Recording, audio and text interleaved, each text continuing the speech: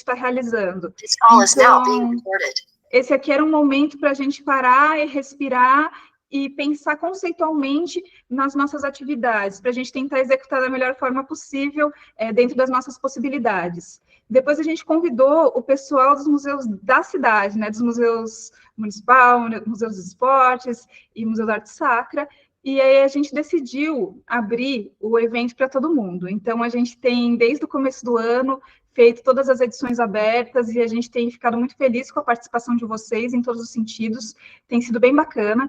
E para vocês não enjoarem de só me ter falando aqui todos os meses, a gente decidiu fazer 2 edições especiais, né, que esse Terças Convida. A gente encerrou já um assunto no encontro passado, e aí, como eu ia falar sobre um assunto que não é a minha especialidade, sempre é legal convidar pessoas que sabem mais do que a gente e que têm mais experiência na área. Eu convidei, então, a Patrícia Cruz, que foi minha colega no bacharelado em museologia lá na Universidade Federal de Pelotas, para a gente discutir um pouco sobre uma área que ela tem atuado desde sempre, pelo menos desde que eu acompanho, que é a educação em museus. No mês que vem, a gente vai continuar falando sobre educação em museus e vai ser muito bacana também. Então, eu vou fazer aqui uma breve apresentação da Paty, mas a trajetória dela é bem longa, bem extensa. Então, que nem eu comentei, ela foi minha colega no bacharelado em museologia, ela é mestre em educação pela USP, ela é doutoranda em educação também pela USP, ela pesquisa temas relacionados à educação em museus e patrimônio cultural, ela participa do Núcleo Interdisciplinar de Estudos e Pesquisa em História da Educação, da USP também, ela é especialista em gestão de projetos e história da cultura brasileira, possui experiências profissionais nas áreas de educação patrimonial, gestão de museus, gestão documental, salvaguarda e preservação do patrimônio material e imaterial. Ela atuou em alguns museus, principalmente aí na região do Vale do Paraíba, né, de onde nós estamos teoricamente falando, apesar de ter gente de todas as cidades. E agora, atualmente, ela está à frente da diretoria aí de cultura da Fundação Cultural de Jacareí. Então, vou dar boas-vindas para ela, lembrando que esse aqui é um tema que é super importante para a nossa área. Quando a gente pensa em museus, muitas vezes a gente acaba pensando em outras áreas que não estão diretamente ligadas à educação, mas a educação, ela permeia também todas as áreas do museu. Eu sei que quando a gente pensa em comunicação em museus, quando a gente pensa em extroversão, e a gente já comentou sobre isso lá nos primeiros encontros, a primeira coisa que vem na nossa mente é a exposição. Mas tem muitas ações que estão ou não relacionadas à exposição, que acabam sendo de comunicação, de extroversão e de educação. E se a gente pensa mesmo na questão de salvaguarda, de documentação e de pesquisa, tudo isso está muito ligado à educação.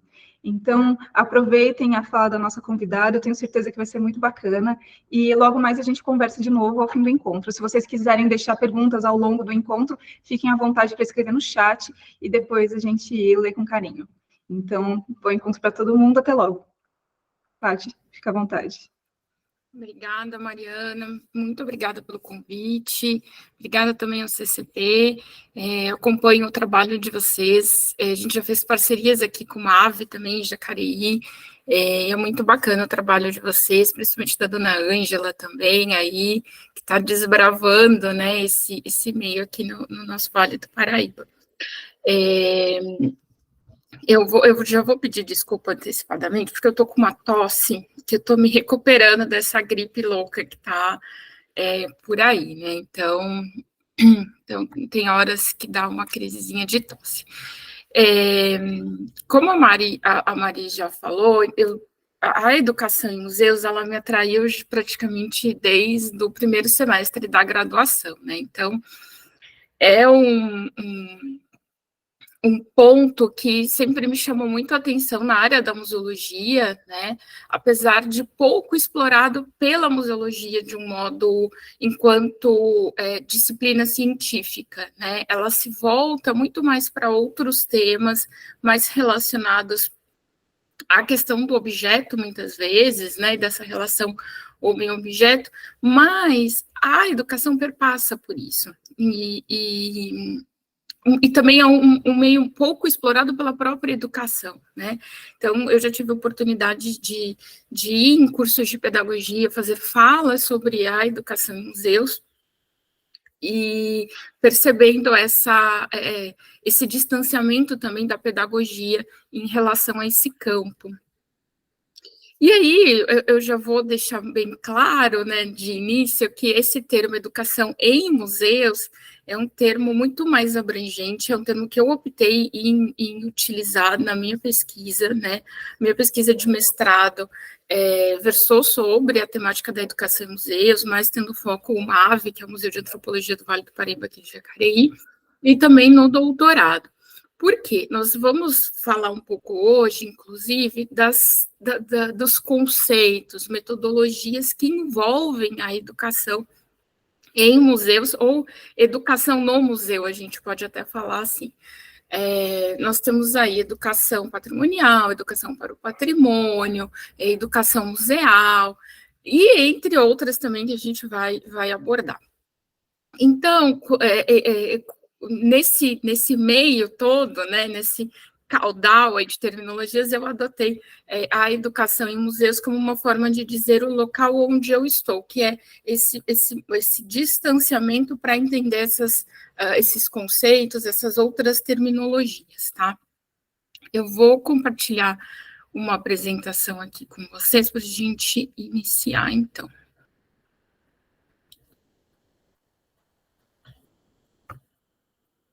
Tá todo mundo vendo? Eu parei de ver vocês agora. Todo mundo tá vendo? Tá ok? Estamos sim, Paty. Beleza. Bom, então... Passa. Do que a gente vai tratar especificamente, né? Então, a gente tem, vocês já, pelo que eu entendi, vocês já estão debatendo bastante esses conceitos, né, do museu em si. O museu trabalha com memória, né? Mas daí a gente começa, eu parto de algumas questões, como qual memória que o museu trabalha, qual educação, que foi isso que eu falei no comecinho, né, e de que cidadania nós estamos falando, né, porque quando a gente fala de museu, nós estamos falando de direito ao passado, de direito à cidadania, né, então, mas em que âmbito, né, em que meio nós estamos falando? Nós precisamos ter em mente aqui que os museus, eles são, digamos, divididos por tipologias.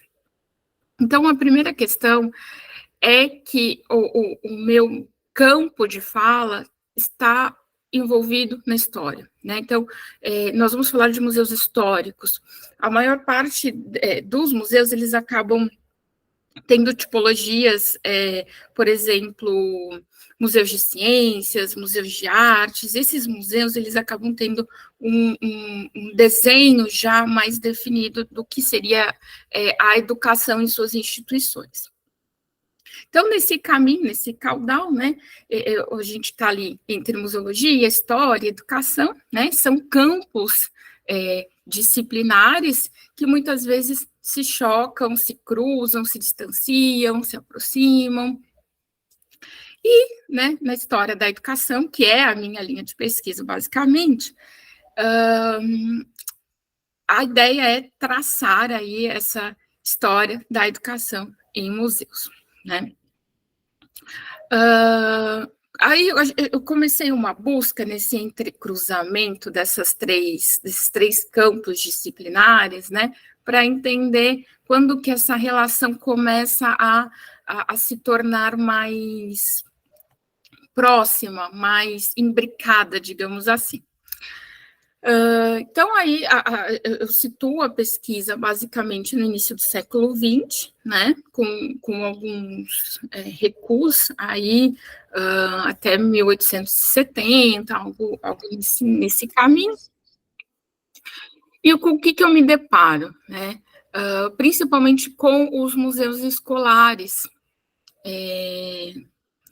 do início do século XX, né? Esses museus escolares nada mais eram do que espaços, salas de aulas, salas, né, dentro das escolas, onde tinham objetos expostos, objetos de naturezas diversas, desde modelos de partes do corpo humano, modelos de animais, os quadros parietais, enfim, que tinham como objetivo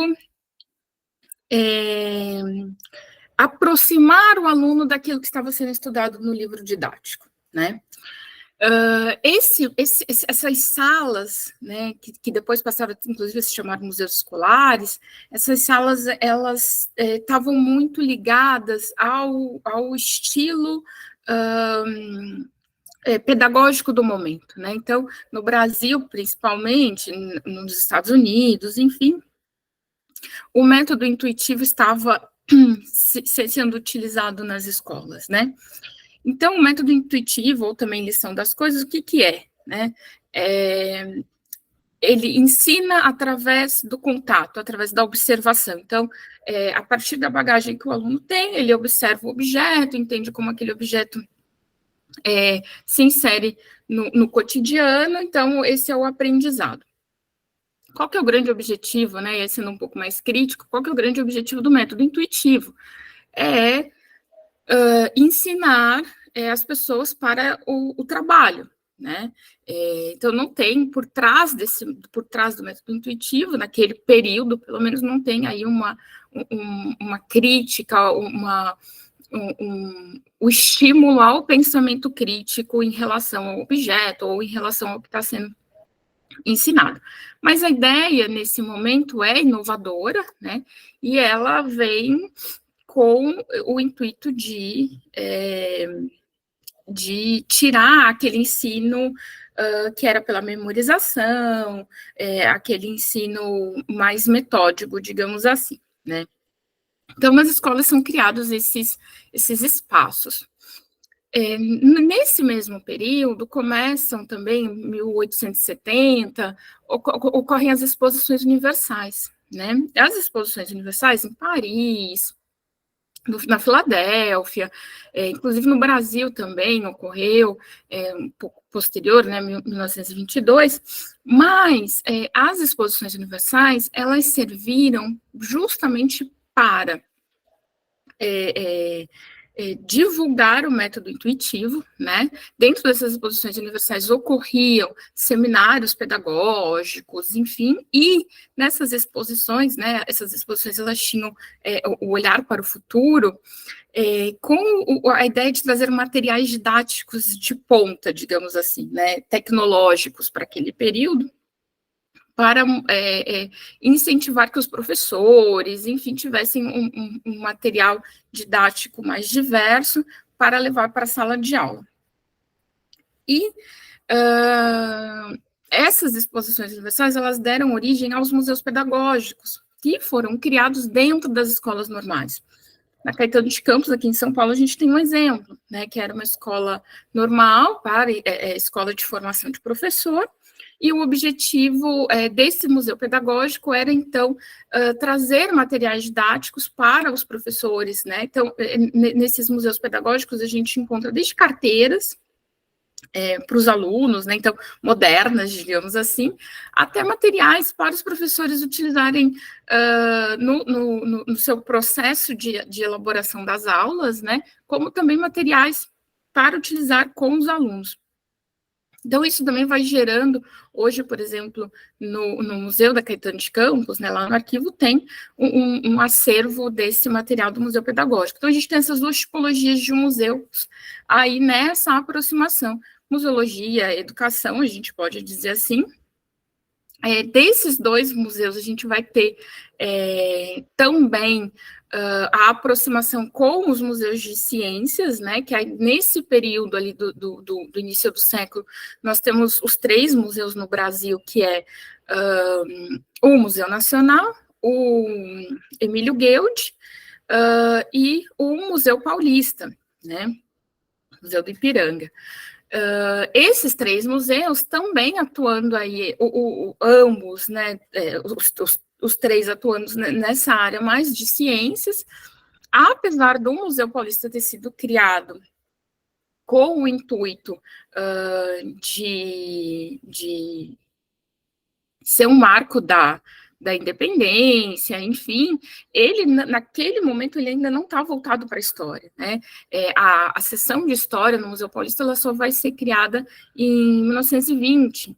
Então, a gente tem nesse período, ainda do iníciozinho do século, esse olhar mais voltado para as ciências, né? E nessas instituições que nós vemos a formação, então, também dos serviços educativos, como no caso do Museu Nacional. O Museu Nacional ele cria a seção de apoio à educação em 1927. E naquele momento, o Museu Nacional, apesar de ser, né, a gente sabe muito bem, apesar de ser um Museu Nacional, ele está voltado para a história natural, para ciências, enfim. E, inclusive, o olhar dessas três instituições, no momento, é para a educação do povo. Né? O Museu Nacional ele lança uma cartilha de educação para a educação da população, porque um dos problemas no Brasil, nesse momento, é o analfabetismo, né? A necessidade da alfabetização é muito grande. Então, os museus se colocam nesse lugar também de que eles podem ser essas instituições que vão estar educando, digamos assim, o povo, né? Educando num sentido que também a gente precisa pensar. Se a gente tem uma população que é analfabeta e o museu está fazendo publicações, então a gente tem uma problemática aí que as pessoas não estão acessando, né? Na sequência, né? Então, fazendo uma amarração, nós estamos aí, então, por um lado, nas escolas, os museus escolares, os museus pedagógicos mais voltados para a formação dos professores e os museus de história natural se colocando nesse lugar de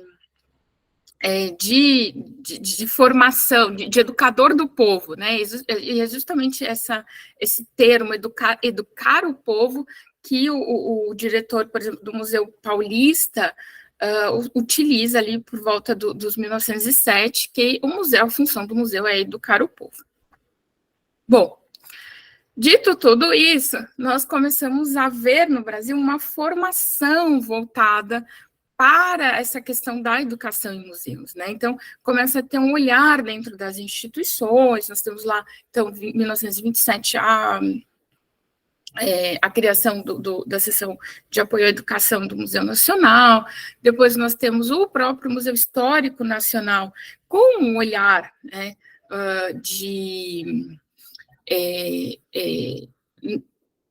culto ao passado, né, e também do passado heróico do Brasil, mas ele também tem o que a gente pode chamar de um viés educativo, no sentido de que ele faz uma série de ações de formação, né, tanto para o público escolar, quanto para o público universitário, né.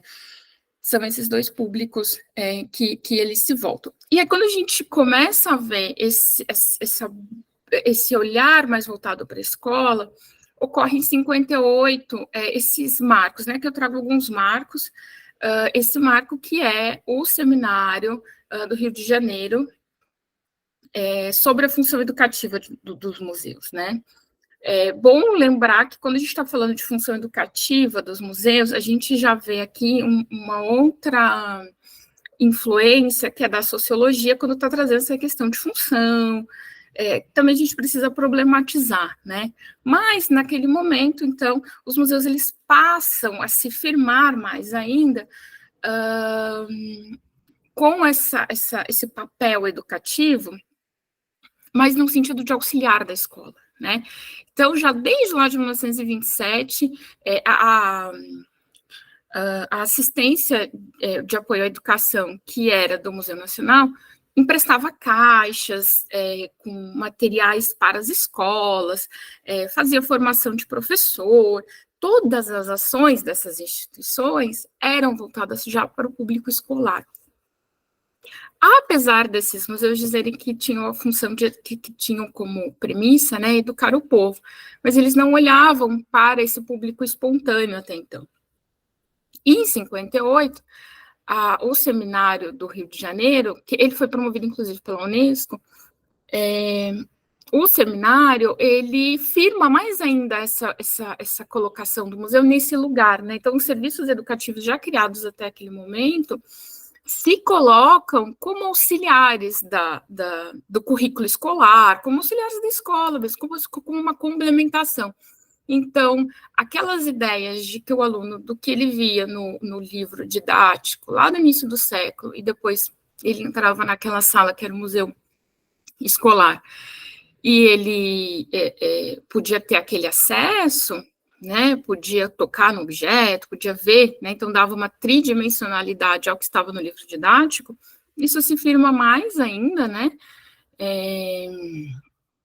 isso se torna quase como o papel do museu, né, de ser auxiliar da escola. Então, o público escolar passa a ser o principal foco desses serviços educativos. Então, a gente tem 2 pontos, né, você tem instituição, museu, fazendo exposições, cuidando do acervo, e tem aquele núcleo, que é o serviço educativo, de um modo geral, ali, olhando para a escola. E esse é bom fazer, claro que tem exceções, né, mas é importante a gente olhar para essas grandes instituições, né, que acabam muitas vezes também dando o tom para as instituições menores.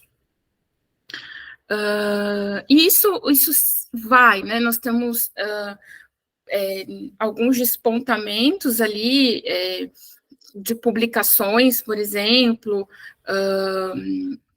até a década de 70, de pessoas falando, não, olha, é muito importante também olhar para o público adulto,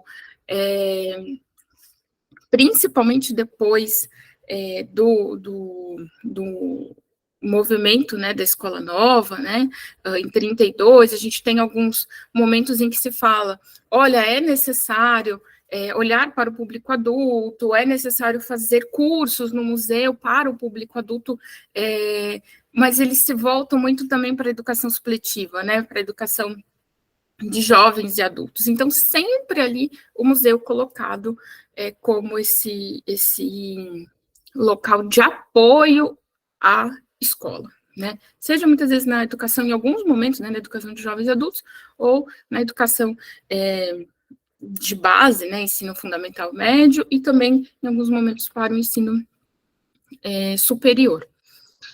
Bom,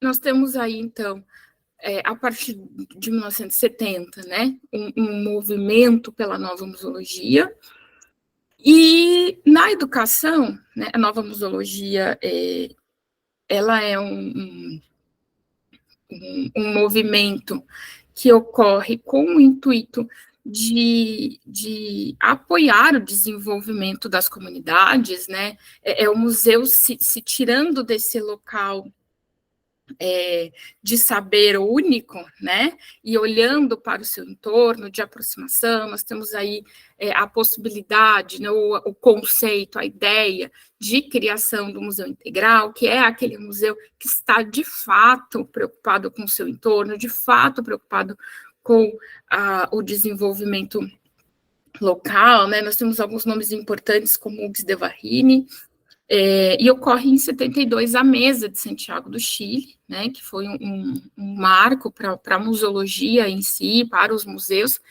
e para esses direcionamentos no que tange o olhar mais social da museologia, né. Nesse mesmo período, a gente tem na educação a experiência de Paulo Freire, né, em Angicos, por exemplo, que foi a alfabetização da população, daquela comunidade em horas, né, em questão de dias ali.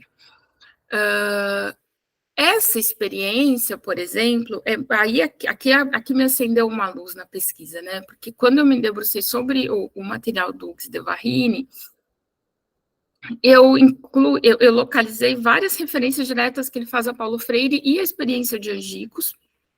Nesse momento, nos anos 70, Paulo Freire já estava exilado, né,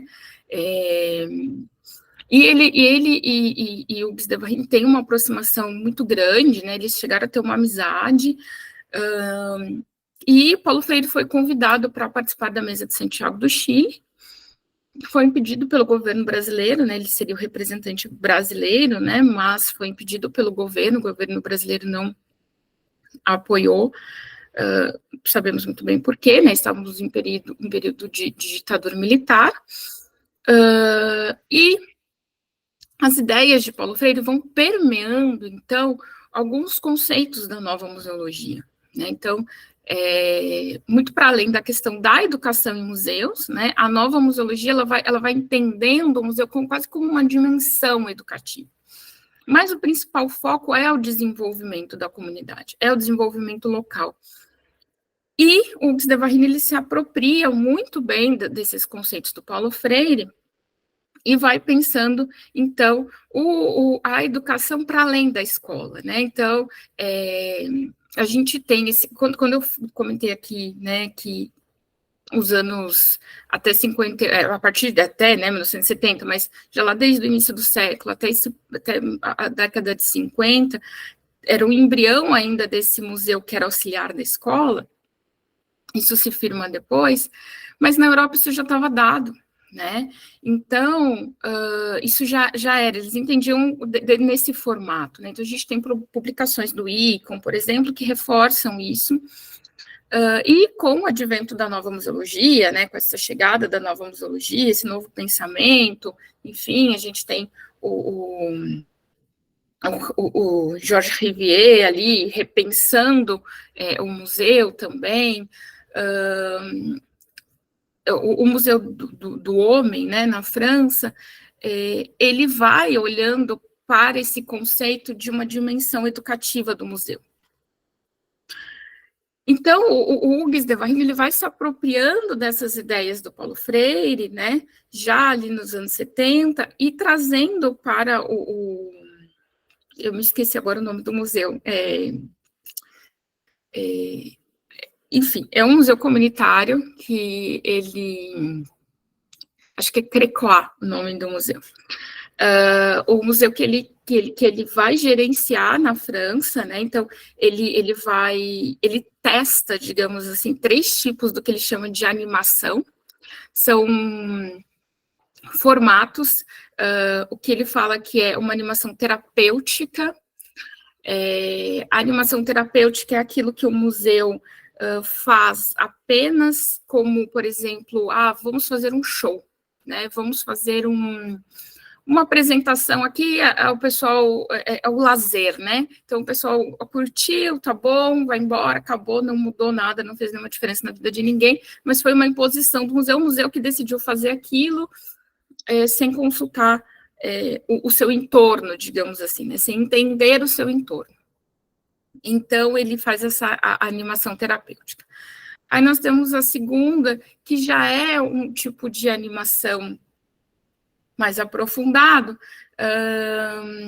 mas que busca apenas curar alguns traumas, né? Então, por exemplo, quando você tem lá no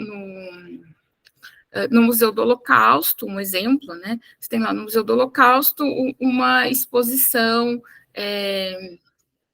sobre uma intervenção, digamos assim, também, né? Sobre a atuação de um determinado grupo no Holocausto, ou atuação de um determinado grupo contra o Holocausto, por exemplo, né? Então, aquilo mexe com quem está vendo aquela exposição ou participando daquela interação, mas também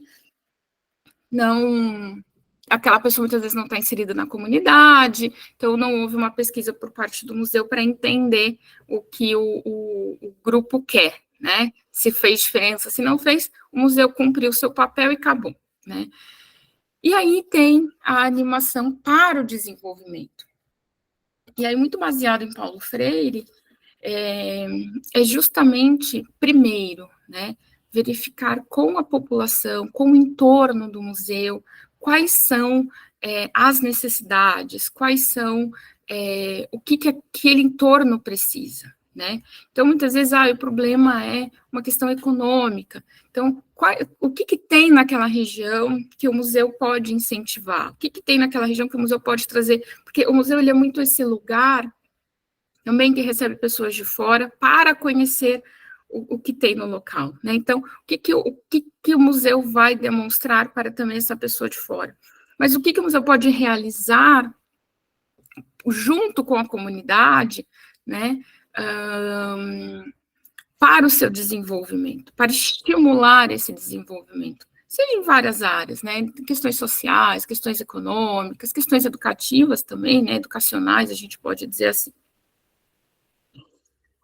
Então, essas foram as experiências que Hugues de Varrine se baseia em Paulo Freire, né, para pensar esse desenvolvimento no museu, e ele faz uma publicação disso, né, que se chama O Tempo Social, na década de 80, então ele traz essas experiências dele nessa instituição. O que a gente tem aí, então, nesse momento, né? Uma efervescência desse pensamento, que, inclusive, a gente pode localizar no Brasil, no material da Valdísia Russo, que é uma museóloga, que foi muito importante, inclusive, aqui no estado de São Paulo, e esse material dela trata muito, ela não cita nominalmente Paulo Freire, mas esse material dela trata muito dessa experiência do Hugues de Varrine, e ela também traz uma questão muito importante, que é Piaget, apesar, né, de algumas questões com Piaget, ela traz Piaget para falar da importância do museu olhar para a criança. E aí eu vou fazer um parênteses aqui, que nesse mesmo período, então Valdísia Russo está situada ali nos anos 80, nesse mesmo período nós temos, no Rio de Janeiro, o primeiro seminário do uso educacional dos museus. Então, aqui a gente já tem aí uma mudança, uma viradinha de chave, né? Lá nos anos 50, a gente falava de função educativa do museu, mas aqui a gente já fala de uso educacional do museu. Esse evento ele ocorre no Rio de Janeiro, mais especificamente no Museu de Petrópolis, né? E aqui foi apresentado uma primeira experiência que tinha acabado de chegar no Brasil pela Maria Lourdes Horta, que é a educação patrimonial. Então, ela estava iniciando, ela tinha feito, né, entre 81 e 83, uma experiência no Museu Imperial, com essa metodologia, que era uma metodologia inglesa. Ela fez, e nesse seminário ela apresenta a metodologia, né, de educação patrimonial. Anos depois ela vai escrever um guia de educação patrimonial, que eu vou falar um pouquinho mais para frente, mas aqui ela apresenta a metodologia educação patrimonial, ou o conceito educação patrimonial. Bom, então, a gente tem no Rio de Janeiro, né, esse momento do uso educacional dos museus, ou dessa apresentação da metodologia da educação patrimonial, e em São Paulo, Valdísia Russo defendendo o Museu da Criança, defendendo a importância da criança estar no museu, estar inserida no museu. Por quê? As instituições de São Paulo, né, que é o lugar que a Valdísia está inserida, não olhavam para a criança. Olhavam para a criança que estava na escola, né? Não para a criança ainda que não estava em idade escolar. E, utilizando-se de Piaget, Valdísia, então, faz uma defesa desse olhar, né, para essa criança que ainda não está em idade escolar, mas que está em processo de desenvolvimento e que pode encontrar no museu um espaço profícuo de interação, digamos assim. E o que ela propõe? Ela propõe que, a partir do momento em que o indivíduo inicia sua trajetória com um contato com o museu, ele vai olhar para esse espaço como sendo seu. Então, a gente está falando de um outro ponto, que é a questão do pertencimento, né? Então, essa é a primeira sugestão que Valdísia faz nesse campo da educação em museus. E, além disso, ela propõe também a criação do Museu da Indústria. Esse Museu da Indústria, e aí também acho que é bom contar que aí está a minha relação com o meu contato, né, com o material da Valdísia, porque quando ela propõe o Museu da Indústria, ela propõe a criação de esse museu ele teria vários pontos no estado de São Paulo, né, ele teria várias filiais, digamos assim, no estado de São Paulo, e uma delas seria em Jacareí, né, então eu me deparei com esse material que seria na manufatura de tapete Santa Helena, talvez alguns aqui já tenham ouvido falar. E o projeto, ela escreve um projeto educativo para esse museu, inclusive para o Museu da Manufatura de Tapete Santa Helena. E qual que seria o papel, qual que seria o papel pedagógico, né? A gente pode falar assim, o papel pedagógico desse museu seria ensinar o ofício, né? As pessoas que fossem, então, analfabetas, as pessoas de baixa renda, digamos assim, poderiam estar inseridos nesses museus, né, nesses museus industriais, para aprender aquele ofício e, então, poder viver dessa renda, enfim, eles aprenderiam desde fazer aqui no caso de Jacareí, né, desde fazer o tapete, como precificar e vender. Porque naquele momento, por exemplo, da tapeçaria Santa Helena, a empresa estava entrando em um processo já de falência. Contudo, a ideia, a proposta dela, né, é que a empresa se colocasse, então, fomentando o museu, as pessoas que participam das formações, né, tivessem uma renda, e a empresa conseguiria, então, também apoiar a venda, enfim, ter algum lucro em cima também dessa venda das pessoas, participar de eventos fora, enfim, ela tinha uma proposta aí também de apoio a essa empresa que estava num processo de perda de vendas, enfim, né, naquele momento. Esse olhar que a Valdiza tem está muito lá, né, atrelado ao que o Gustave Devarini estava fazendo nos anos 70 na França. Bom, dito isso, agora eu já vou chegar no século XXI, tá, gente? Dito isso, nós temos, então, esse panorama geral já, né? Nós conseguimos ver que existe influências de Paulo Freire na nova museologia, nós conseguimos ver que o Brasil está muito próximo ao que vem acontecendo no cenário internacional. E aí, lá no comecinho da minha fala, né, eu falei dos museus de ciências. É importante dizer, né, que a maioria dos museus de história natural hoje são entendidos como museus de ciências. Os museus de ciências, eles conseguiram resolver a sua questão educativa com a abordagem da transposição didática, né? Então, quando esses museus estavam tentando educar o povo, né, nessa pseudo-ideia de educação do povo, com publicações para um povo analfabeto, eles utilizaram de uma metodologia que a educação científica já se utiliza, né, a educação em ciências, enfim, já se utiliza, que é a ideia de transposição didática. A transposição didática, o que é? É você pegar aquele conhecimento científico puro e transformá-lo em um livro didático. Então, ele passa por um processo de transformação, a gente quase seria uma decodificação desse conhecimento, né? Então, aquele conhecimento que está no livro didático, ele é a interpretação de alguém, e o que vai para o museu é a interpretação de quem fez a curadoria, enfim. E o museu de ciências se utiliza dessa transposição didática, não só na exposição, mas também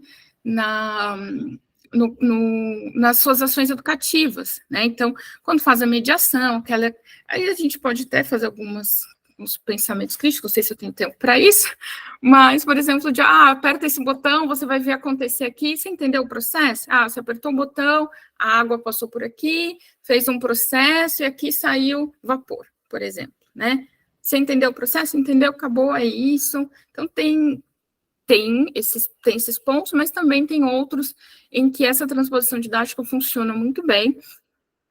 O museu consegue fazer realmente uma mediação entre o conhecimento científico e o aluno ou o visitante, né? Então, esses museus de ciências, eles conseguiram, de um certo modo, resolver o seu problema educativo, né? Porque eles conseguiram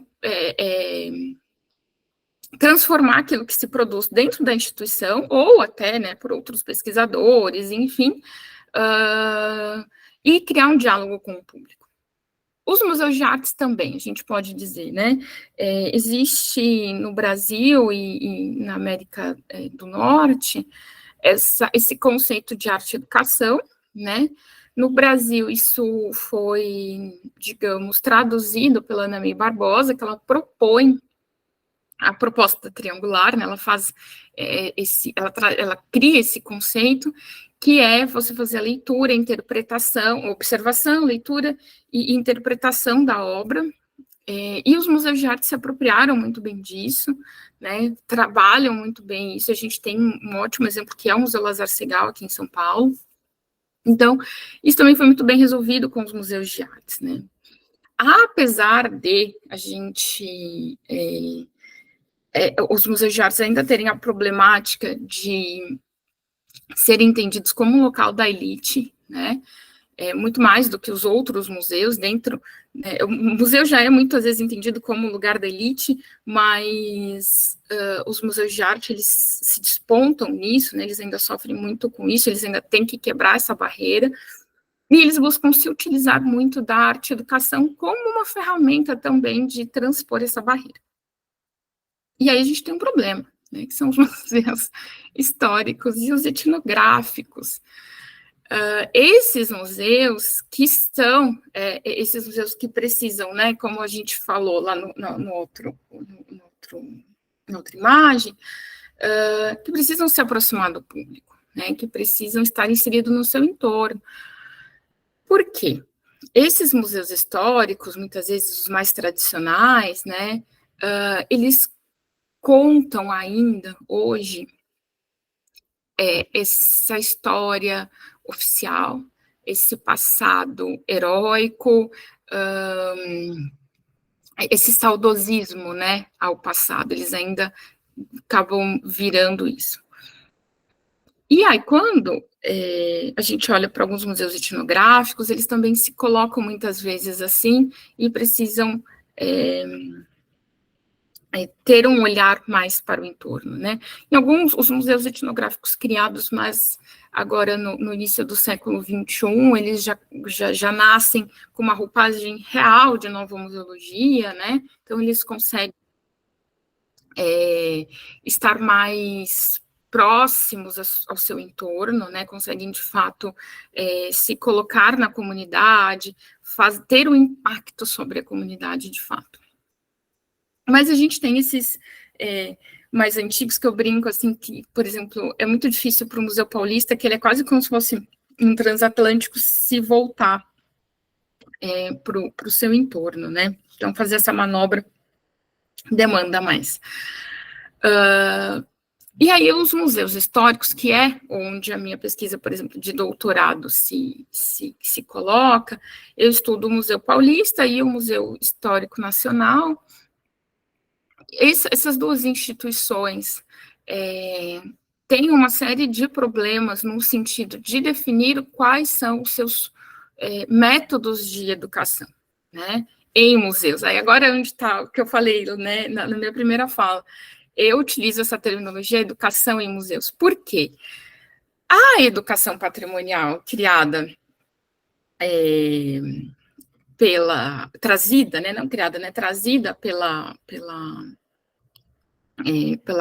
Horta, né, pela Maria Lourdes Horta para o Brasil, ela tem como sua definição, lá em 1999, né, então ela publica junto com o IFAM, através do IFAM, né, ela publica o Guia de Educação Patrimonial. O Guia de Educação Patrimonial foi um fenômeno muito importante, ele foi um marco muito importante, porque até aquele momento, a gente está falando, que a gente teve um seminário sobre a função educativa dos museus lá em 1958, só que até 1999 não tinha uma única publicação que desse um norte para as pessoas que estão atuando diretamente nos museus. Então, para a gente que está aqui dentro da universidade, ou, no meu caso, da Mariana, enfim, a gente está discutindo esses assuntos, é uma coisa, mas para quem está lá no museu, no dia a dia, atuando, né, eu creio que tenham pessoas aqui que sabem do que eu estou falando nesse sentido, não é fácil você, tem essa teoria, tem isso, diz que o museu tem que ser educativo, né? Então, o que eu vou falar? Vou fazer uma parceria com a escola. Mas o guia de educação patrimonial, então, ele vem, a gente tem alguns relatos de profissionais de museus falando justamente isso. Ele foi um marco, ele foi muito importante, porque aí a gente sabia o que fazer, tinha um passo a passo. Isso foi muito importante. Só que o guia de educação patrimonial, ele tem alguns probleminhas. Essa publicação de 1999, o que ela fala? Ela fala que ele é um instrumento de alfabetização cultural. Aí a gente tem um problema, né? Pelo menos ao meu ver. Nós temos um problema, porque a gente não pode, né, enquanto instituição museológica, enquanto profissional de museu, a gente não pode ter esse olhar para com as pessoas, para com o visitante, para com ninguém, né, porque todo mundo é imbuído de cultura, todos são imbuídos de patrimônio. E dizer que o museu vai alfabetizar culturalmente uma pessoa é a gente dar um passo atrás em 100 anos, praticamente. Mas, apesar disso, reforço que o Guia de Educação Patrimonial, ele é um marco no sentido de dar o passo a passo de como o museu, ou como o profissional do museu, atuar na valorização do patrimônio, na aproximação do patrimônio com o sujeito, e também, de certo modo, a gente pode até usar esse termo, na conscientização de preservação do patrimônio. Dito isso, em 2014, o IPHAM publica uma revisão do guia, né, e aí já pautar esse termo de alfabetização, ele é retirado, e já pauta-se mais em Vygotsky e Paulo Freire, né, com esse olhar de desenvolvimento, de uma educação não bancária. Então, a gente já tem aí, no guia de 2014, um outro panorama do que seria essa educação patrimonial. E aí, a gente tem ainda a problemática dos museus históricos, né? Os museus históricos tentam se apropriar, né, da educação patrimonial, porque o que a educação patrimonial, enquanto método, propõe, né? Ela propõe que você apresente o objeto, ou, enfim, se for um patrimônio, o bem cultural, né? Vamos usar, se for patrimônio material, imaterial, enfim, que apresente o bem cultural. Depois aquela pessoa faz uma interpretação, e depois o museu explica o que realmente é, ou como aquilo é usado, e existe um contato, né, com o bem cultural. Isso é o que, de um modo geral, o guia propõe enquanto método. Os museus históricos tentam se apropriar disso, contudo, os museus etnográficos conseguem fazer isso muito melhor. Por que eu digo muito melhor? Porque a arqueologia, ela se utilizou da educação patrimonial muito bem, porque o objeto arqueológico, muitas vezes, ele não é daquele contato daquela cultura que está dentro do museu, né? Então, eu vou dar um exemplo aqui de Jacareí, que, por exemplo, nós temos as urnas funerárias. E hoje, aqui em Jacareí, nós não temos, por exemplo, povos indígenas.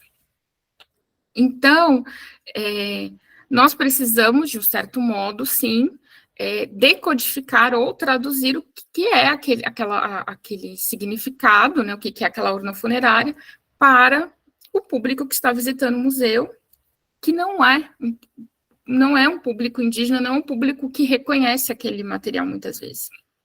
Então, nesse sentido, a arqueologia, ela se apropriou muito bem da educação patrimonial.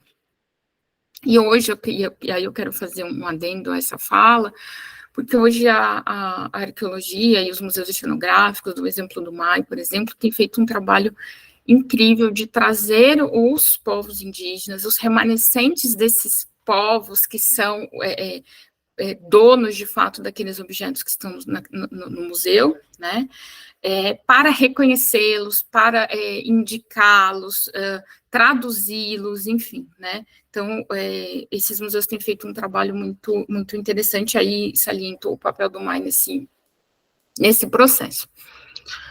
Mas a arqueologia, os museus etnográficos, arqueológicos, enfim, conseguiram se utilizar muito bem da educação patrimonial, né? E também essa releitura que acontece em 2014 do Guia de Educação Patrimonial, ela é justamente uma pressão desse núcleo, né, desses museus etnográficos para a revisão dos termos, porque eles não se sentiam, inclusive, reconhecidos em relação a esses termos, inclusive, que eu grifei aqui, né, leitura de mundo, alfabetização cultural, então eles não concordavam, e isso é uma pressão também desse campo científico, né, esse campo de atuação dos museus, tá? Bom, deixa eu tomar uma aguinha. Bom, a educação para o patrimônio. A educação para o patrimônio é uma outra...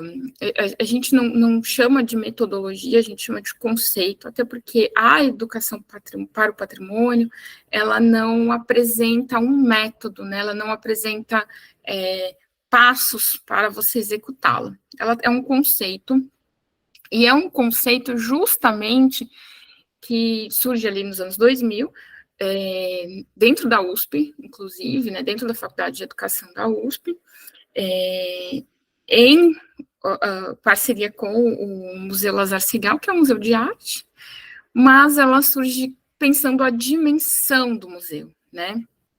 Ela pensa em diversidade de público, inspirar as pessoas, então ela tem um outro olhar mais voltado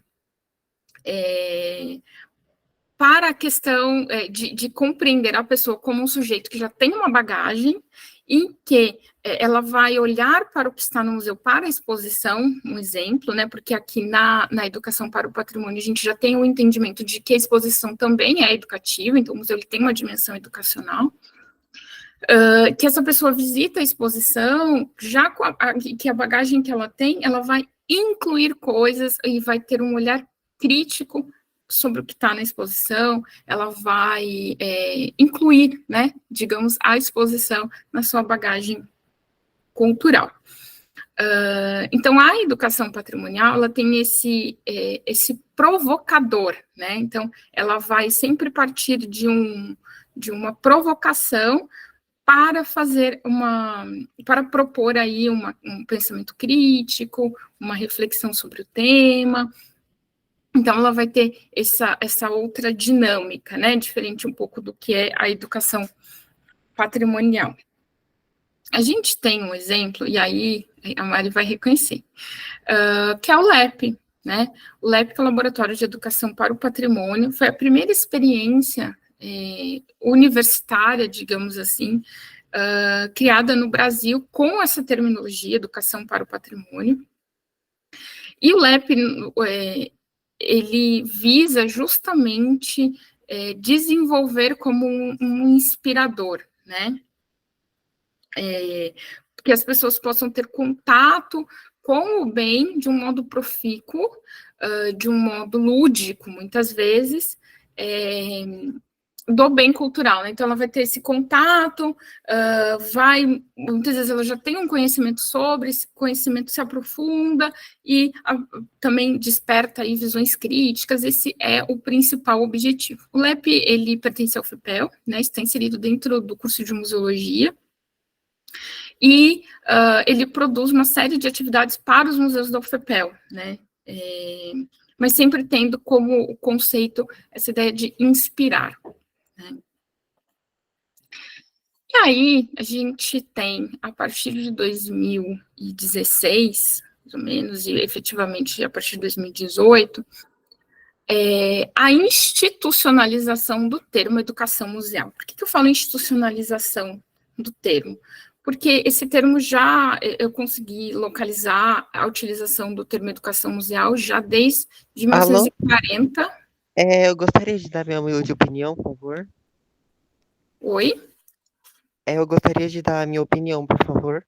Pode falar. A gente vai deixar aberto, na verdade, para as perguntas ao final da apresentação. Não, é que é só uma dúvida rápida. Tudo bem, mas é para organizar mesmo, a gente pede para deixar aberto. Se você quiser escrever no chat, assim que ela terminar a fala, eu leio. A gente acaba organizando dessa forma para ficar mais fácil não ter a interrupção da fala. Então, eu peço a gentileza de quem tiver alguma dúvida, alguma coisa, seguir as orientações que a gente passou no começo, escrever no chat, e ao final a gente vai abrir o áudio para quem quiser falar através da fila mesmo. Então, pode continuar, Patrícia.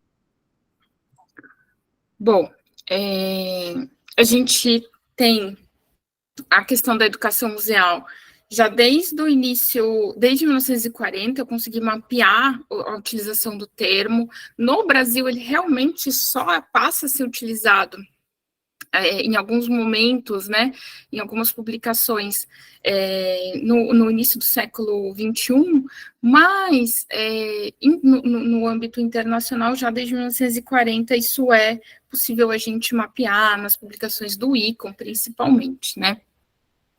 O termo educação, daí a gente também é importante fazer um outro parênteses aqui, que o IFAM, lembra que eu falei que o IFAM apoiou a publicação do Guia de Educação Patrimonial?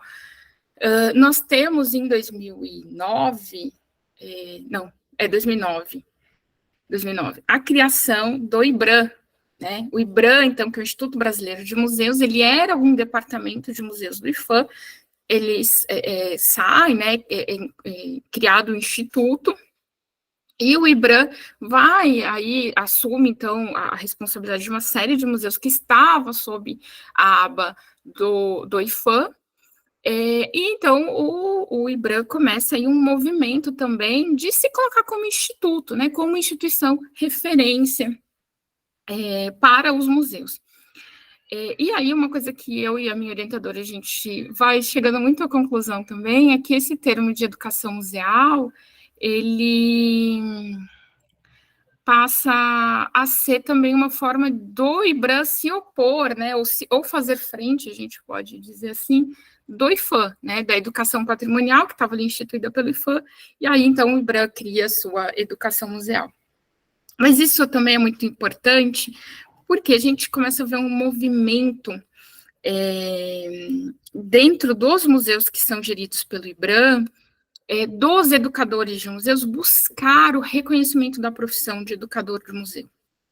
E os educadores de museus utilizam esse termo, educação museal, porque eles são os profissionais que realizam a educação museal no museu. Então, a gente tem esse ponto bem interessante entre os dois institutos, mas também essa questão do profissional de museu se colocando aí, do profissional de museu não, do educador de museu, né, se colocando e buscando seu reconhecimento dentro do âmbito do IBRAM. Existe um movimento muito forte hoje nesse sentido para o reconhecimento, né. Bom, em 2018, o IBRAM lança, então, o Caderno de Política Nacional de Educação Museal, e um programa que chama PANEM, né, que é o Programa Nacional de Educação Museal, e tem esse caderno que eles publicaram. A educação museal, muito semelhante também aí à educação para o patrimônio, ela não tem um método, né, ela é um conceito, mas é o que o IBRAM tentou dar de resposta também aos museus históricos. Ele fala, os museus históricos fazem educação museal, então todas as atividades que são pertinentes ao museu seriam educação museal, né? Mas aí tem alguns pontinhos, né? Que a ideia dessa educação museal é produzir, então, trazer as produções do conhecimento, né, as práticas relacionadas aos objetos, isso estar em contato com o público. Então, as pessoas terem acesso. Quando a gente fala de educação museal, a gente fala, sim, de decodificação do conhecimento, mas a gente fala principalmente de acesso, né? Aí eu até convido vocês a conhecerem a trajetória do Muquifo, que é um museu quilombola do Rio de Janeiro, que ele se utiliza dessa ideia, né, justamente de acesso. Então, de decodificar esses conhecimentos para todos os públicos e mostrar que o que o museu tem a oferecer quebra de preconceitos, luta antirracista, enfim, o museu ele se coloca nesse ponto, utilizando-se da educação museal, né? Bom, aí eu vou trazer aqui um pouquinho, vou contar para vocês, na prática, algumas experiências e de onde que eu fui buscando, além de toda a bibliografia, né, de toda a revisão bibliográfica, no MAV, né, o MAV, então, ele teve um serviço educativo de 1995 a 1997, e bom, lembra quando eu falei aqui a prova, eu trago provas, de que os museus etnográficos tinham uma problemática de entender onde estava a sua educação, seu papel educativo, sua dimensão educativa, o que seguir, o que fazer. Por quê? O MAV é um museu de antropologia, ele tem um acervo riquíssimo, mas é um acervo construído com pouca organicidade. Esse acervo foi utilizado por esse serviço educativo a partir da proposta triangular, que é uma proposta utilizada pelos museus de arte. Mas por quê? Porque naquele período era o que tinha também, né? Apesar de não ser voltado para o museu, mas a proposta triangular da Ana May Barbosa foi adaptada pelos museus. Então, eles criaram esses cadernos, né, que vocês veem aqui. Eu localizei 6 cadernos correspondentes a esse período. E esses cadernos foram baseados na proposta triangular. Então, eles tinham pinturas, desenhos para que os alunos pintassem, desenhos dos objetos, né? Então, eles pintavam, quebra-cabeça para eles montarem, releitura da obra, então, olhava o objeto exposto e fazia uma releitura. Então, naquele período, os museus estavam utilizando justamente essas propostas adaptadas, né, da pedagogia, adaptadas do ensino da arte para suas instituições. E aqui em Jacareí a gente vê justamente isso. Por quê? Né, que depois eu fui entender por que justamente essa proposta foi inserida no MAV, no Museu de Antropologia.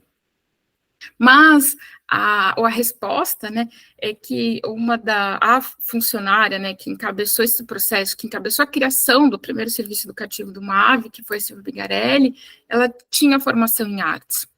Então, a experiência dela, né, então a gente vê a experiência do sujeito inserida na instituição, e é o que é ofertado, então, naquele momento. A partir disso, a gente vê no MAV uma criação a continuidade, né, do serviço educativo, já em 99, 2000, principalmente a partir de 2003, muito forte a questão da educação patrimonial, né, porque o MAV e o núcleo de arqueologia da Fundação Cultural passa a trabalhar em conjunto, então existe muito fortemente esse processo dentro do museu.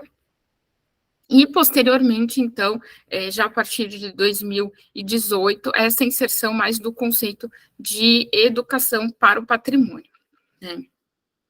Bom, chegando aí às conclusões finais, acho que eu não me passei muito do tempo não, né, Maria?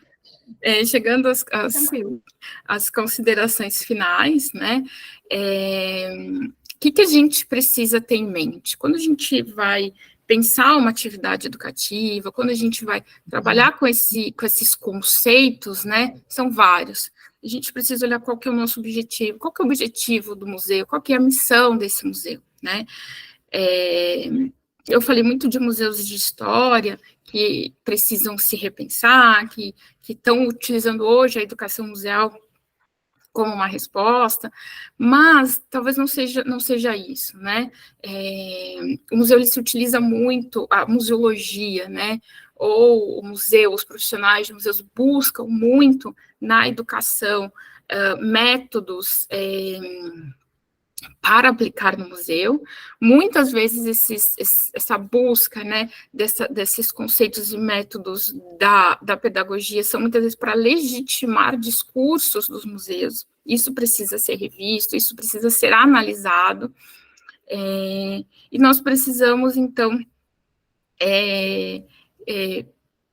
avaliar um pouco mais, né, o que nós queremos enquanto instituição museológica. O objetivo nosso é, sim, né, preservar a memória, dar acessibilidade, inclusão, e quando eu falo inclusão, não estou falando só dos públicos, mas inclusão do discurso, né? O museu, ele é um espaço de debate, um espaço de reflexão, é um agente, principalmente, de quebra de paradigmas, de quebra de preconceitos. Então, a gente tem que utilizar dessa ferramenta, né? Não para reforçar os preconceitos, como foi muito utilizado, mas como forma de ter uma política, seja antirracial, preconceituosa, enfim, né? Então a gente precisa trabalhar nesse sentido. Mas também faço algumas relativizações, porque quando os museus começam a atuar com a questão educativa, né? E aí os museus, tanto lá atrás, né, como os museus que estão, vou criar um serviço educativo, a gente também precisa olhar quem que está à frente disso, né? Porque a formação é muito importante. Então, se você vai colocar uma pessoa em um museu de antropologia que tem uma formação em artes, ela vai contribuir, mas ela vai trazer esse olhar e o que ela vai apresentar para o público, qual público vai ser selecionado, né? Então, são coisas que a gente precisa pensar, tá? É isso.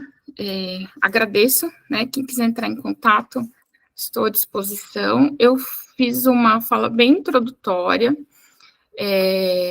sobre o tema da educação em museus, né, por ser o primeiro encontro a respeito do tema. E aí, quem quiser falar, tirar dúvidas, a Mari falou que vai ler as perguntas, né, isso?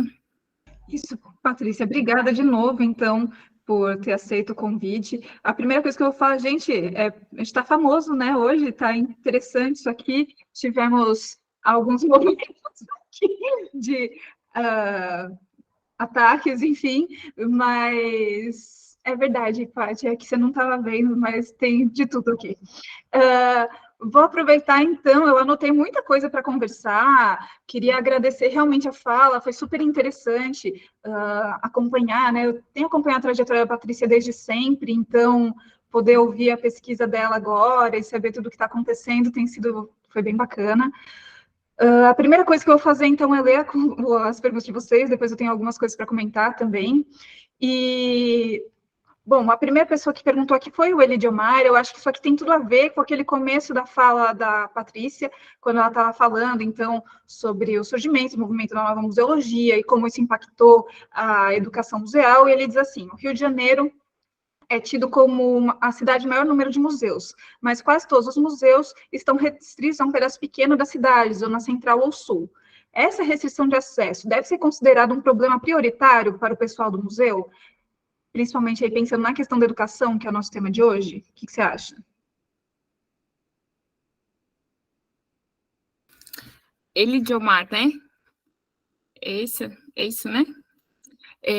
Então, o que eu vejo? Assim, primeiro, né, a gente teve uma publicação que é de 2010, que é aquele Museus em Números, e ali fala, esse dado que você trouxe é bem interessante, que tem mais museus entre Petrópolis e o Rio, do que de São Paulo ao Rio Grande do Sul, né? Então, você tem um espaço com quase 5.000 museus, se eu não me engano, posso estar errada em números aí, mas é um número extraordinário, você fala, é muito museu. Eu acho que é uma preocupação do ponto de vista de acesso, claro, né? Mas também é uma preocupação que a gente tem que ter enquanto, não só da questão educativa, mas da questão de que discurso é esse que os museus estão fazendo, que acesso, para quem que são esses museus. Não estou falando que esses museus têm que fechar, não, mas a gente precisa rever, né? Qual que é a função desses museus, né? Qual que é o papel deles ali, né, onde eles estão inseridos, enfim, é uma problemática muito grande, ao passo que você tem cidades aí no Brasil que não tem um único museu, né? A gente tem exemplos aqui no Vale, não precisa nem ir muito longe, e aí a gente está falando de uma ausência, inclusive, na preservação da memória, nos estudos de identidade, enfim, né, a gente fala de uma série de problemáticas nas ausências dos museus também. E o quanto, no caso do Rio de Janeiro, quanto esses museus contribuem também, né, o que esses museus estão fazendo para contribuir com a produção do conhecimento. Né? Então, isso é muito importante também da gente pensar como eles se colocam. Do ponto de vista de acesso, acho que a gente pode até pesquisar como que está a visitação desses museus, né? Se é uma expressiva, se não é, quem visita. Né? Porque muitas vezes é só um museu para turista. Então, isso também é preocupante. Né? Eu acho que tem bastante a ver também com o que você comentou de museus de arte. A gente tem que alguns desses museus que estão localizados na Zona Central e na Zona Sul do Rio de Janeiro são museus de arte. Então, historicamente, que nem a Patrícia comentou, eles já são ainda mais elitizados que um museu histórico, que já é elitizado. Então, ele acaba criando outras barreiras simbólicas, até a própria estrutura deles, a própria arquitetura deles acaba sendo impeditiva, e os temas que eles abordam. Então, todas essas questões acabam dificultando o acesso. Eu acho que é mais ou menos isso mesmo. Já vou chamar, Rosângela, só vou responder, passar a pergunta aqui para a Luciana primeiro, que ela tinha colocado aqui que na sua primeira tela de apresentação, você colocou que um dos itens era a criação do Pedagogium. Ela ficou curiosa para saber o que é isso. Ah, tá. O Pedagogium, ele foi criado em 1890 por uma iniciativa do Benjamin Constant. O Museu Pedagógico, né, então ele tem aquele conceito de ser o espaço para a formação do professor, e o Pedagogium, que ele chamou desse jeito, foi um museu criado no Rio de Janeiro, e ele, além dele ter os objetos expostos, enfim, objetos importados da Europa, dos Estados Unidos, principalmente, objetos de uso, eles montavam sala de aula, a lousa desse jeito, a lousa nesse posicionamento, diferente contra a porta, então até a disposição do mobiliário escolar, né, como os objetos mesmo. E ele oferecia cursos, ele também fazia formação de professores. Esse museu, ele durou 10 anos, 10, 11 anos, e depois foi absorvido aí por esses materiais foram absorvidos por outros museus escolares já, mas ele teve uma duração interessante até. Achei bem interessante, então. Vou passar, então, a palavra primeiro para a Rosângela, depois vou ler aqui o que a Eliette falou. Um momento. Então, vou ler primeiro aqui, então, o que a Eliette falou. A Eliette comentou aqui, então, que na UFF tem o LaboEP, que é o Laboratório de Educação Patrimonial. Ela participou da criação dele há uns 20 anos, mais ou menos. No momento, ela não sabe como tem funcionado, mas acredita que esse momento é bastante importante para a formação cultural dos sujeitos. Bom, vou deixar para você responder. Bom, como eu falei, né, a educação patrimonial ela foi muito importante, foi um marco. Você tem aí o primeiro conceito e método, de fato, né, de como atuar. Porque, assim, a gente tem que pensar que os museus, até hoje, muitas vezes, né, não tem profissionais formados. Então, as pessoas que estão ali, elas estão fazendo conforme elas vão aprendendo. Então, elas encontram, principalmente quando a gente pega museus pequenos, né? Então, as pessoas encontram no guia de educação patrimonial e no método uma resposta muito importante. Então, ele foi um marco, sim. E quando essas críticas que se faz, né, em relação ao guia, está mais ligado a um olhar que a gente tem hoje, e com o olhar da educação, né? Então, quando você olha a alfabetização cultural, para a gente, com o olhar da educação, com o olhar da pedagogia, a gente, olha, tem uma questão aqui interessante, né? Que a gente precisa rever, que é uma questão que a gente tem que compreender aqui, principalmente, e também quando a gente fala de como os museus se colocam diante da sociedade, né? Porque os museus, por muito tempo, se colocaram como redutos de conhecimento, né? Como espaços únicos, detentores do saber, detentores da memória oficial. Então, e aí quando você traz uma metodologia que fala em alfabetizar culturalmente, a gente tem que ter um pé atrás e refletir sobre. Não é que a gente vai, como fala, jogar a água do banho com o bebê pela janela, né? É fazer uma crítica, fazer um olhar. Inclusive, em 2014, eles fazem a revisão do guia, né? Então, isso é bem importante.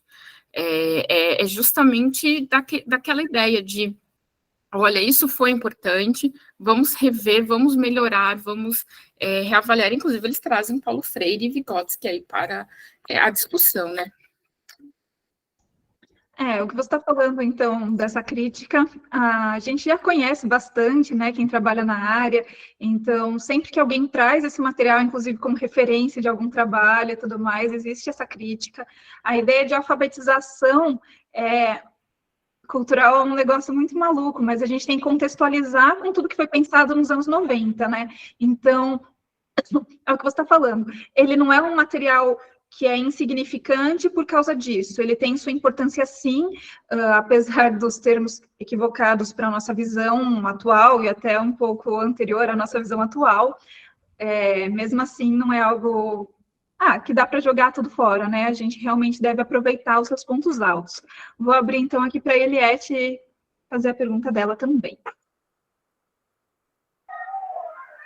Bom dia. Estão me ouvindo direitinho? Bom dia, sim. Na verdade, era apenas para poder complementar, né? Como que você vê também essa questão do trabalho dos museus com as escolas ou dentro das escolas? Eu moro no Rio de Janeiro, eu moro aqui em Niterói, e eu percebo assim que é muito difícil a gente levar crianças, eu trabalho com educação infantil, é muito difícil a gente pegar crianças, levar até um determinado museu, ou eu não percebo assim, um certo movimento também dos museus para poder incluir, né? Eu sei que já foi pior, eu percebo que tem vindo, sim, uma mudança, mas como que você vê as crianças, sobretudo da educação infantil, nesse movimento de ir até os museus, ou dos museus irem até as escolas, também que eu já tive acesso assim, a algumas informações do Museu Nacional, por exemplo, que tinha objetos que poderiam ir para as escolas, mas que depois também não sei como é que está acontecendo isso. Como que você vê isso? Olha, Eliette, assim, primeiro eu vou falar dos problemas que eu vejo, depois a gente pensa junto nas soluções, né? Primeiro, quando a gente vê, e eu falei muito isso, né, que os museus se colocaram numa posição, às vezes, de auxiliar das escolas, dos serviços educativos, a gente também tem que refletir o quanto isso foi abrangente ou não, né? Porque, apesar dos museus terem se colocado nesse lugar por muito tempo, a gente pode revisar as agendas desses museus e a gente não vai ver que elas estão cheias de escolas visitando, não estão. Isso também fica restrito ao público, isso também fica restrito, muitas vezes, à escola que tem condição de pagar um ônibus e levar os alunos lá, né? Eu vou falar da minha experiência aqui em Jacareí, que a Secretaria de Educação, por exemplo, tem 2 micro-ônibus para dar conta de 25 mil alunos da rede. Não dá conta. Não dá conta de levar no parque, não dá conta de levar, menos ainda no museu, né? E aí a instituição museu também não tem o transporte, então você já tem um problema literalmente de acesso, né, de fazer as pessoas chegarem, de fazer essas crianças chegarem até o museu. Isso é um ponto. E aí, por outro lado, quando os museus, a gente vê esse movimento de desescolarização, né, tem publicações que falam isso, de desescolarização dos museus, os museus vão olhar para o público, o outro, né, o público que está no entorno, a comunidade e tal, então que tem um fácil acesso. Os museus continuam, sim, trabalhando com as escolas, isso, se você pega esse Museus em Números que eu citei, fala que 96% dos museus que têm serviço educativo trabalham com escolas, então, assim, os serviços educativos se voltam para as escolas ainda, só que a abrangência é pequena, né? Infelizmente, isso é um problema, que é o problema, literalmente, do acesso. Como faz para essas crianças chegarem no museu? E os museus que têm ações de extramuros, né, ações de ir até a escola, fica restrito também à agenda do profissional que pode ir, quando que se consegue montar uma exposição, se consegue levar uma ação educativa, então também fica restrito. Então, é literalmente um trabalho de formiguinha, né? E quando a gente pensa na educação infantil, é uma outra problemática que muitas vezes os museus não estão preparados para receber crianças pequenas, porque os museus muitas vezes trabalham com textos imensos, criança pequena vai estar interessada em ver o buraquinho dali do chão, que é super interessante, não o que o guia do museu está falando. A criança, nossa, uma experiência que eu tive, tá? No MAV, o MAV ele tem uma parede de taipa, de pilão, e tem aqueles buracos que era onde se colocava madeira para ir subindo a taipa. As crianças ficavam enlouquecidas com o buraco, elas querem olhar, elas querem botar o ouvido, elas não querem saber do que a taipa é feita, entendeu? Então, daí, como que o guia, ou o mediador, o educador que está ali, está preparado para receber essa criança? Então, isso também é muito importante, essa preparação do museu para receber o público infantil, porque muitas vezes ele está acostumado a falar com o adulto, a falar com o aluno do ensino médio, que vai entender tudo, que vai estar interessado, não, mas que vai estar mais preparado para ouvir, vai ler o que está na exposição ali, que muitas vezes é muito texto, é muita legenda, a criança não vai. Então, como que... eu já tive experiência de acompanhar visitas guiadas, visitas mediadas, em que o educador sai exausto, porque ele não conseguia, ele fala assim, não consegui passar nada, né? Mas o que eu vejo, né, também, que quando a gente fala do público infantil, o papel desse museu não é falar que a parede é feita de taipa, explicar o que é a taipa, mas é criar uma experiência, né? Porque a gente tem que provocar uma vivência interessante, uma vivência gostosa, bacana para essa criança, para que no futuro ela queira voltar, que ela desperte o interesse pelo lugar museu, né? Então, uma coisa que eu gosto muito é quando a criança fala assim, crianças pequenas falam assim, o museu é meu lugar preferido. Ouvir isso me dá uma satisfação imensa. Atualmente eu não atuo mais, né, já faz 1 ano e meio, mais ou menos, que eu não atuo diretamente profissionalmente com a educação em museus, estou mais no âmbito acadêmico nesse sentido, mas era uma das melhores experiências, meu coração se aquecia nesse momento. Por quê?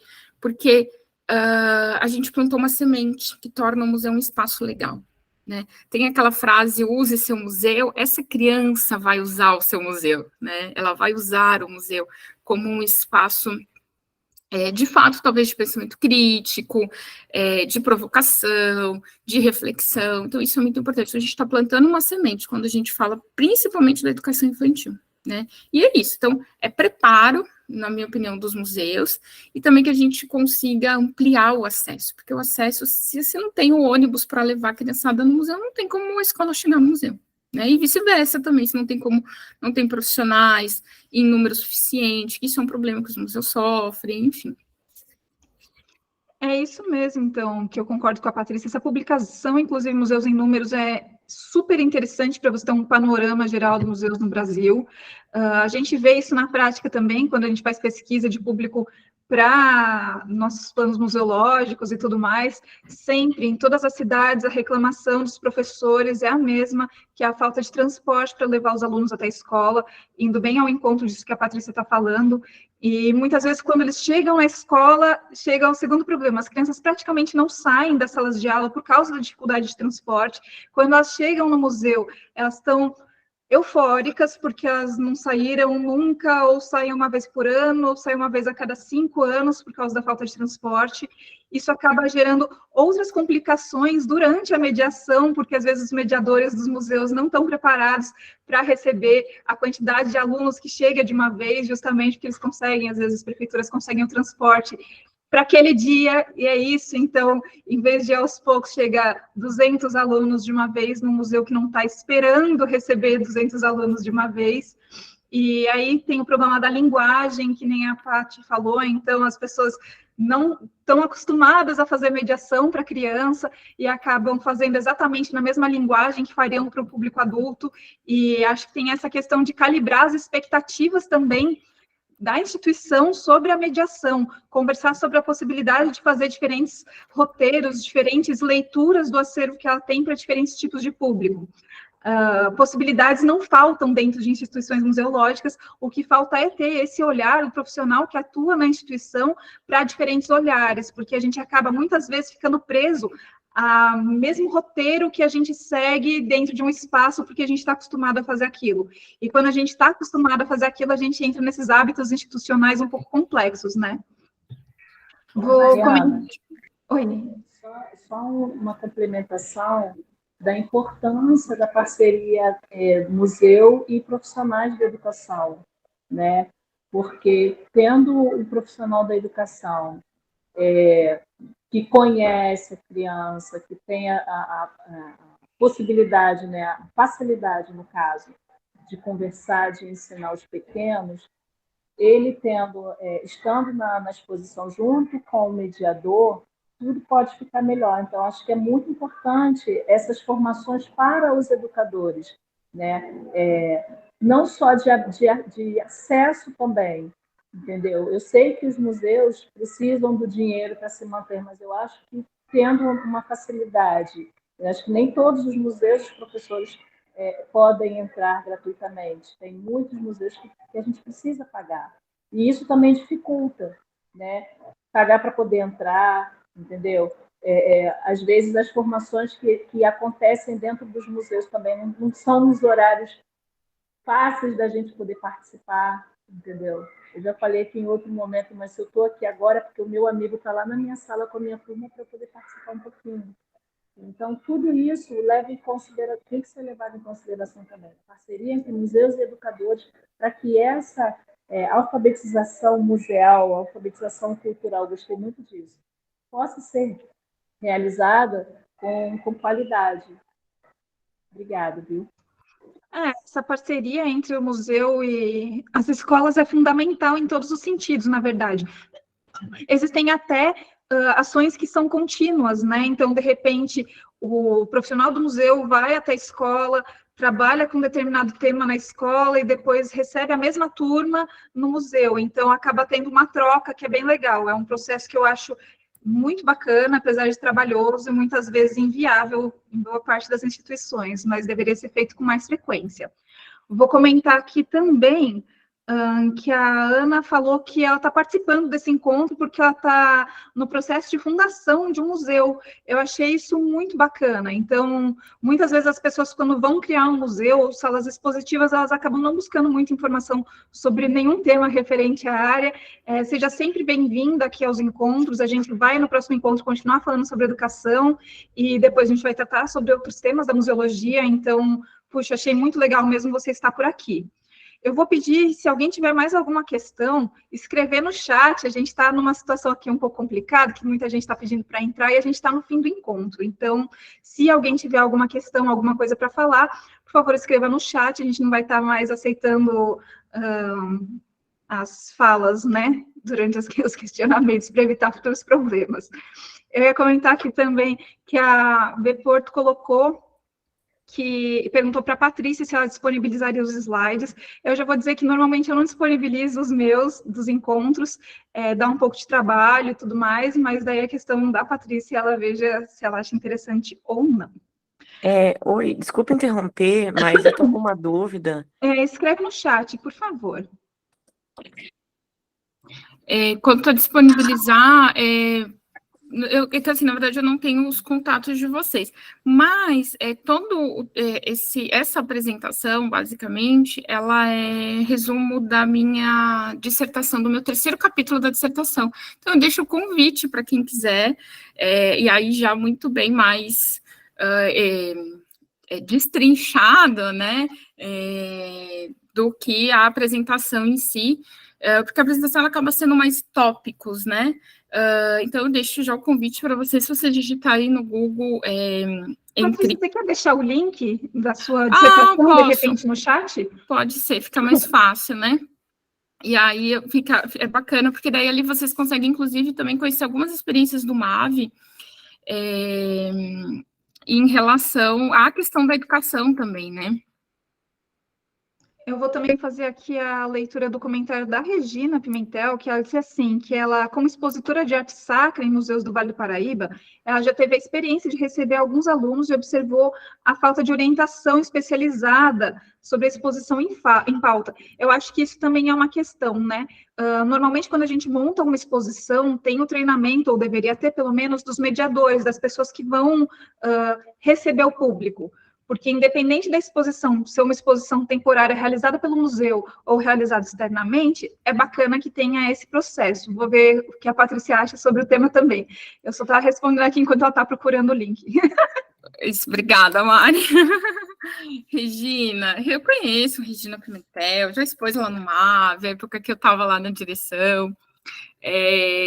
Então, Regina, assim, na verdade, o que a gente vê, eu vou um pouquinho para além da sua exposição, né?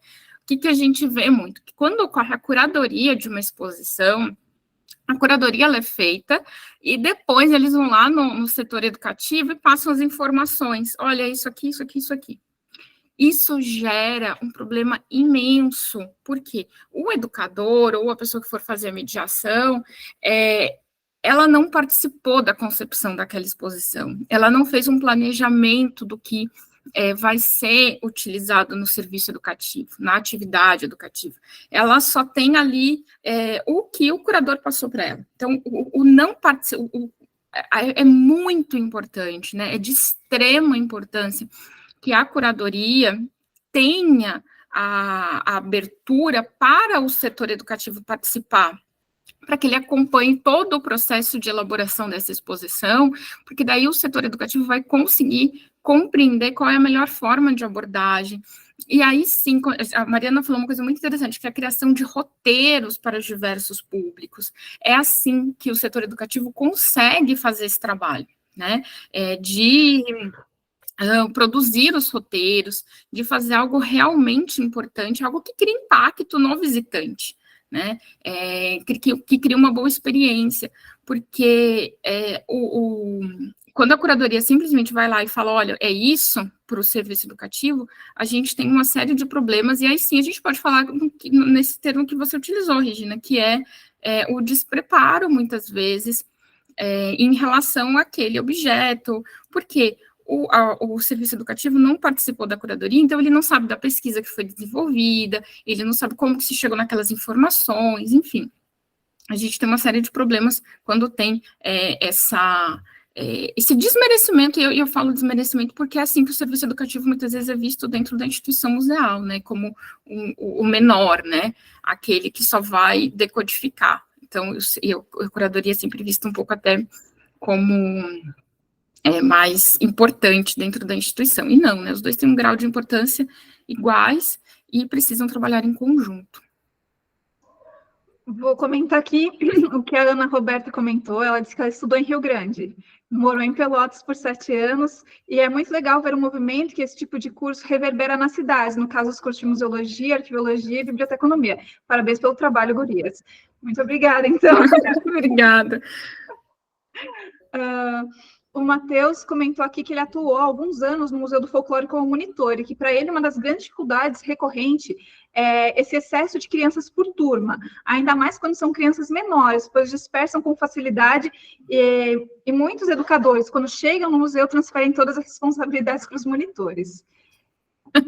Eu tenho um comentário sobre isso, vou deixar a Patrícia fazer. Então, Matheus, é um desafio, né? A gente tem duas coisas. Eu acho que para o professor, muitas vezes, a visita ao museu também é vista como um momento dele, assim, ele passa 220 dias com aquelas crianças, né? Então, aquele um dia que ele se distancia, e aí vai ser o problema do outro, né? Também é uma questão. E aí, quando a Eliette, né, eu acho que ela teve uma fala que é bem interessante, que é da formação de professor. Essa questão da formação do professor, se o museu conseguisse, antes da visita, ter uma conversa com o professor, falar do tema que vai ser desenvolvido, acho que a gente conseguiria melhor atrair a atenção do professor, e o professor, ele também faria uma preparação antes com esses alunos em sala de aula para chegar no museu. O problema das turmas grandes é realmente algo que assim, que eu sempre, às vezes a gente também não tem tantos monitores, né? Mas o que eu sempre sugeria é que, assim, uma turma de 20, a gente vai dividir em 4, sempre. Então, assim, que é um número bacana, que dá para trabalhar. E aí, por que a criança dispersa? Principalmente os menores. Porque o buraquinho do chão é mais interessante, porque desperta a curiosidade. E aí cabe também a gente que está fazendo a monitoria pensar no roteiro, na linguagem que a gente vai utilizar com aquela criança para despertar a curiosidade no que a gente está trabalhando, né? No tema que a gente está desenvolvendo. Então, são 3 coisas aí que são importantes. O preparo do professor, a divisão das turmas, às vezes não dá, né? Infelizmente, aí a gente vai lidar com isso, é frustrante, de certo modo, mas a divisão das turmas e também a linguagem que a gente utiliza para receber essas crianças. E aí eu só vou compartilhar uma experiência rapidinho, mas que é muito legal, que no MAV, o MAV, ele, não sei se, para quem conhece, né, quem não conhece o MAV, ele tem uma escadaria muito bonita, e ele é feito para imitar, as paredes, né, são feitas para imitar escaiola, que é o estuque, né, não sei como é que se chama aqui no estado de São Paulo até hoje, acho que eles chamam aqui de estuque mesmo, que é uma técnica do mármore, que imitava mármore e tal. Só que no MAV, quando eles construíram o casarão, eles fizeram tudo em madeira e pintaram a madeira para imitar o mármore, então muito interessante. E aqui que a gente sempre estimulou na visitação, que as crianças batessem para ouvir o som da madeira, tocasse ali na madeira e tal. E aí tem professor que chega já assim, coloquem as mãos para trás, não pode tocar em nada no museu. E aí tá lá o monitor falando, toque aqui na parede, passa a mão na parede, passa a mão aqui, pode enfiar a mão aqui no buraco da terra, sabe? Então, é muito importante. Por que eu tô falando dessa experiência que a gente mandava as crianças tocar na parede, ao passo que o professor estava falando, não toque em nada. Então, é muito importante ter a comunicação anterior, né, ter a comunicação com o professor, olha, a gente vai, que o aluno, ou os combinados antes, muitas vezes não deu tempo de ter esse contato com o professor inicial, senta com todo mundo, senta com os alunos e façam os combinados antes também, olha, vocês podem tocar na parede, tá bom, professor, aqui a experiência vai ser assim, vocês vão poder tocar nas coisas, aqueles objetos que estão ali daquele lado não pode, então sempre também ter os combinados. Mas é muito importante o contato antecipado com o professor, né, porque ele já vem conduzindo essa turma, e também tem que ser interessante para o professor, porque senão, para ele é um momento de lazer também, mas a gente também tem que entender, às vezes, que a escola vem só para um momento de lazer, gente, né, e aceitar, que às vezes é só um momento de lazer também. E também, às vezes, o pessoal vê como um momento de descanso, né, na verdade. Bom, eu vou só ler os últimos comentários aqui, depois eu vou encerrar, porque agora a gente já está ficando em cima da hora. B. Porto diz que, como alguém que trabalhou muito tempo com orientação educativa de museus, Bom dia. Percebe que às vezes, eu vou desligar aqui, tá? Percebe às vezes que a instituição cultural não cultiva o processo de estudo e pesquisa sobre exposição ou a temática do museu. Então, sente bastante que a instituição não incentiva o núcleo educativo. Tem bastante a ver com aquilo que a gente falou nos outros encontros, né, que as coisas não estão muito alinhadas, a gente não tem um equilíbrio institucional entre as partes da instituição, né? Muitas vezes não acontece isso porque nem tem a pesquisa no museu. Então, é muita pretensão nossa imaginar que vai ter uma pesquisa para o setor educativo, sendo que a pesquisa mínima não existe também. Não sei o que a Paty acha disso. Isso mesmo também. A Regi André disse aqui que parabéns pela abertura do encontro, ela é da área de História e uma curiosa em Museologia. Hoje a relação Educação e Patrimônio fez repensar sobre a valorização cultural.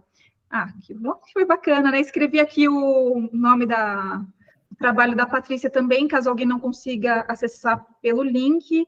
Então, é isso. Agradeço novamente a presença da Patrícia, a presença de vocês. No mês que vem tem mais, vai ser tão bacana quanto. Espero a presença de todo mundo. A gente vai continuar falando sobre educação em museus com outra convidada, e depois a gente volta ao normal com as terças de museologia comigo mesmo, que vocês já estão cansados de ver. Então... é isso. Obrigada mesmo, gente. Até a próxima.